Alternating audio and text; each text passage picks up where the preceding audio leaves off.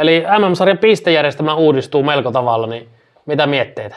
No ensin siitä, miten se oikein menee. No anna palaa, kun sinähän sen tiedät. No katsotaan. Mä ainakaan on vielä kerennyt sisäistää sitä. No nyt testataan tässä.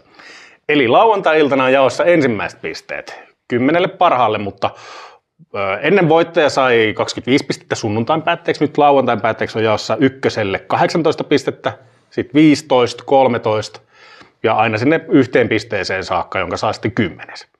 Mutta saadakseen ne lauantain pisteet, niin pitää päästä sunnuntaina maaliin. Okei, sä pääst sunnuntaina maaliin ja kuittaat siitä lauantain ykköstilasta ne 18 pistettä. Okei. Mutta sitten sunnuntaina vielä jaetaan erilliset päiväkohtaiset pisteet. Eli kuka on sunnuntain pätkien nopein kuski, saa 7 pistettä. Ja siitä 7 parasta saa 7, 6, 5, 4, 3, 2, 1 pisteitä. Roger.